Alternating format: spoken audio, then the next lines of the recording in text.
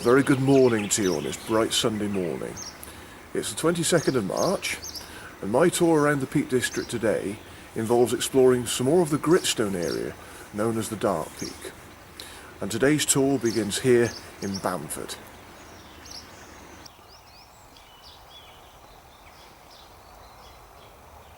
Bamford is a former mill village and occupies the hillside underneath Bamford Edge and above the River Derwent. The modern village is mainly strung out along the road, which leads from the A625 up towards Ladybower Reservoir, about 2 miles away. At the bottom end there is the railway station, which very conveniently links Bamford with both Manchester and Sheffield. Higher up, at the centre of the village, there are some shops and 2 pubs.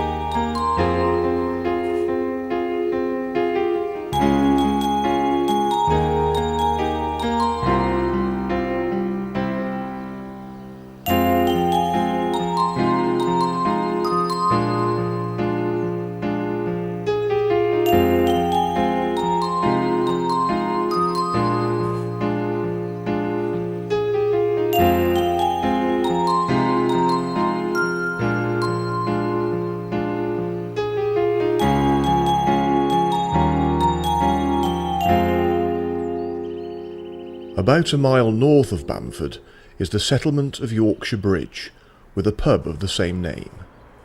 The settlement was built to rehouse some of the people who were displaced when Ladybower Dam was constructed in the 1940s.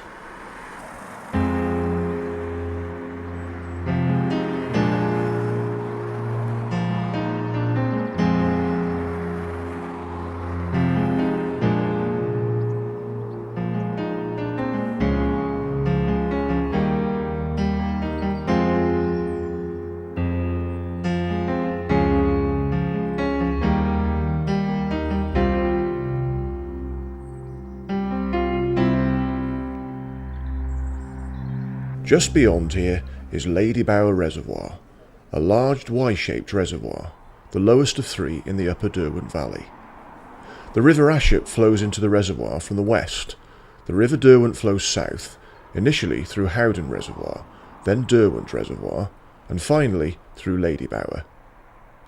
Between the 3 reservoirs, they provide practically all of Derbyshire's water, as well as to a large part of South Yorkshire, and as far afield as Nottingham and Leicester. Ladybower was built between 1935 and 1943 by the Derwent Valley Water Board. The dam wall was built by Richard Bailey and Sons, a Scottish company. The 2 viaducts, Ashipton and Ladybower, needed to carry the trunk roads over the reservoir, were built by the London firm of Holloways, using a steel frame clad in concrete. King George VI, accompanied by Queen Elizabeth, formally opened the reservoir on the 25th of September 1945. You smile so much, but I know that you're sad. You have no self-esteem, you're putting yourself down. I know there's nothing I can do help you through the pain and just forget. Now you're alone, you're trying to move on. You want to clear the feelings from your head. You feel so messed up in your mind. You need some time to find your way. Open up your mind and set it free. Release the pain that grows inside your head. I know you hurt and you've been messed around.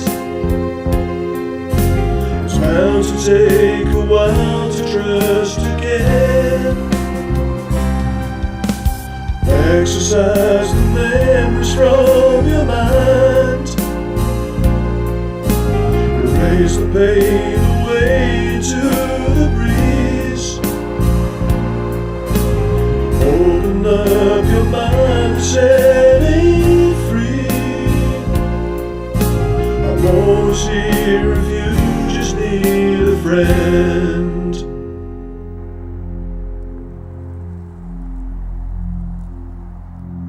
I turned off the busy A57 to follow Ladybower towards the next reservoir.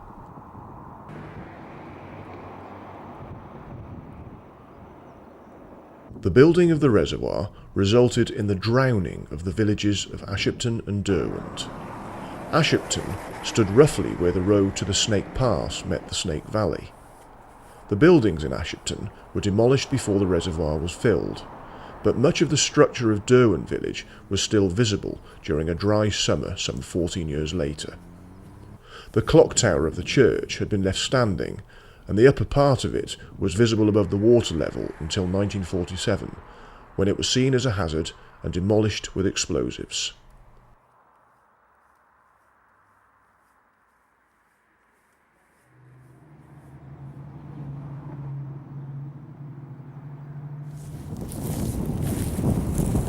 Do you know, I can't believe that already we are a quarter of the way through 2015.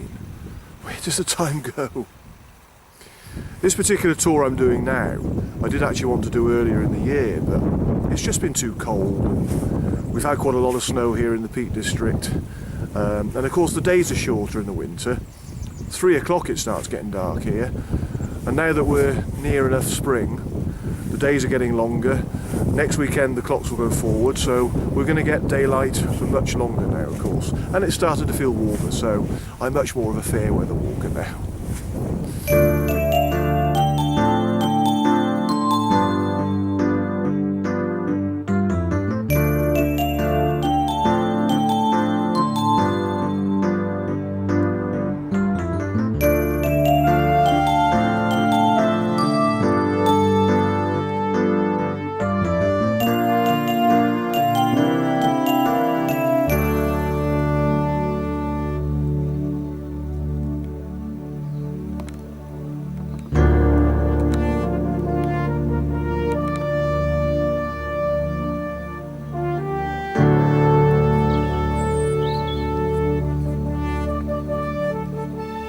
Derwent Reservoir is the middle of the 3 reservoirs in the upper Derwent Valley.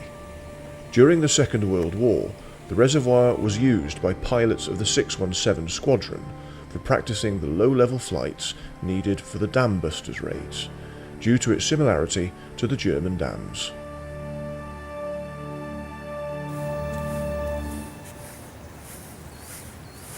Part of my job involves me travelling all over Derbyshire, and the Derwent Reservoirs are one of the many locations that I visit as part of my job. Now, I probably come here at least once every month. So over the past 12 years that I've been doing this job, I've actually lost some appreciation for the area, which is a shame. Now, I think that's down to more recent years, to be fair, because I'm bored of the job now. I don't enjoy what I do on site now, and also I just like to get on with what I'm doing, so I'm very focused on the job, and then I like to get it done and then move on to the next site. So I don't really take in what's around me, and I don't sit back and appreciate it. But today, it's the first time I've come to Derwent Reservoirs in my own time for quite some years. And you know what? It's like coming to a totally different place because I'm not here for work. And it's lovely. It really is. And it's just brought back some confidence in me, because I always thought that I was going to stop loving the Peak District because of the work I'm doing, but I think today has proved that I never will. I will never stop loving the Peak District.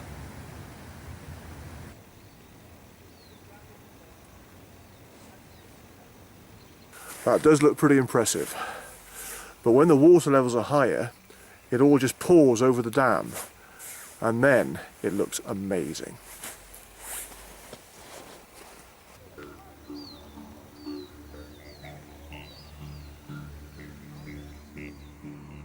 Retracing my steps to the A57, I started to follow it towards Glossop, over the Snake Pass.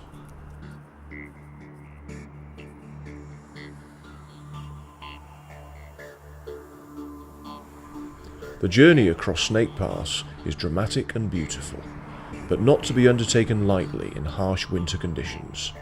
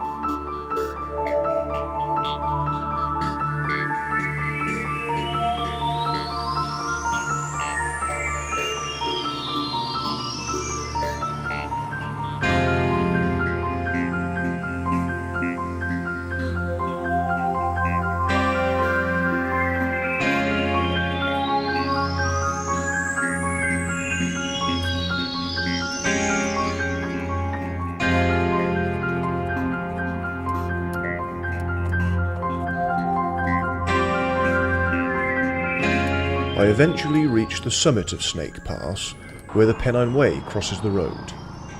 Turning left crosses Kinder Scout to Edale. Turning right crosses the appropriately named Bleak Low, before dropping down to Crowden.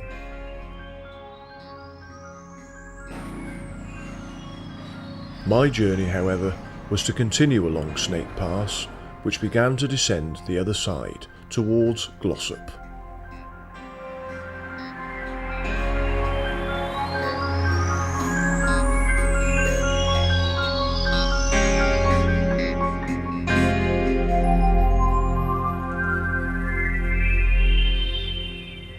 Glossop is a bustling former mill town, and the largest settlement in the northwestern corner of the Peak District. However, like Matlock and Buxton, it lies just outside the national park boundary because of its industry. The Romans first settled here in 80 AD, and in 1157 the parish of Glossop was established in the area now known as Old Glossop. The town centre, as it is today, didn't emerge until the 19th century, when the rich supply of fast-flowing water ensured Glossop an important centre of the cotton industry, with the population expanding rapidly. There's a wealth of culture and creativity too. Glossop has been steadily developing a reputation as one of the region's best live music locations, and its rich selection of live performances, concerts and musical events make Glossop a truly dynamic and vibrant town. With an exceptional number of independent shops, Glossop High Street has plenty of hidden gems, from specialist books, designer clothing and original artwork.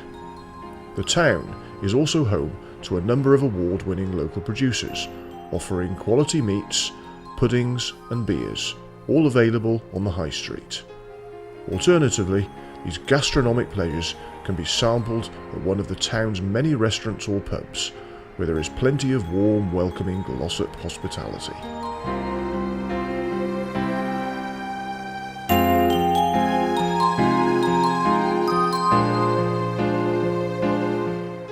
I like Glossop. Again, I come here more for work, but it's nice to come on a Sunday today when it's my own time and appreciate it for the nice town that it really is.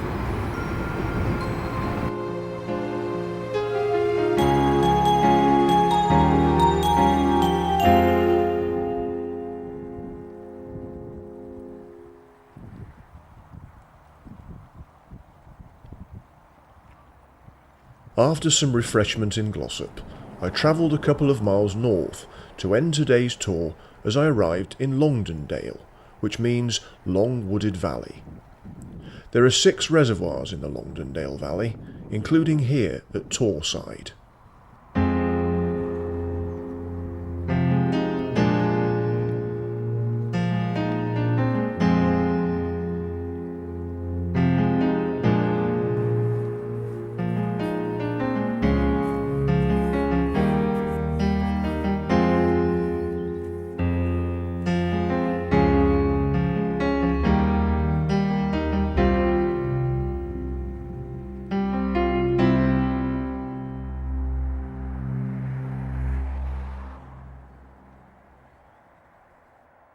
I walked round to the north side of the reservoir to reach the tiny hamlet of Crowden. It is an excellent place from which to access the Dark Peak, in particular Black Hill, and is an important first staging post on the Pennine Way. Crowden lies on the A628 Woodhead Pass that runs through Longdendale between Manchester and Barnsley.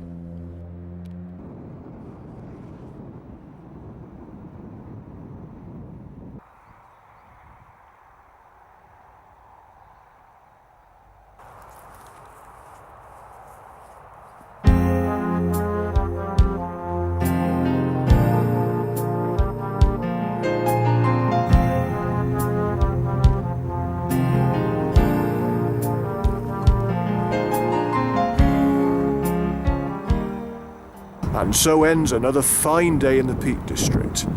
Here in Crowden marks the end of my tour today of this part of the Dark Peak. I've actually been quite ambitious today without realising it, because I've packed in a lot of places on today's tour, but it's been really rewarding.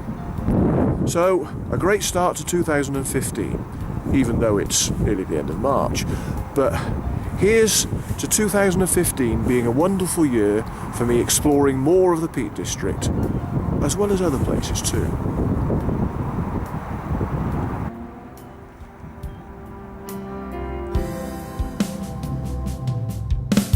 Open up your mind and set it free. Release the pain that grows inside your head. I know you hurt and you've been messed around. It's bound to take a while to trust again. Exercise the memories from your mind. Erase the pain away into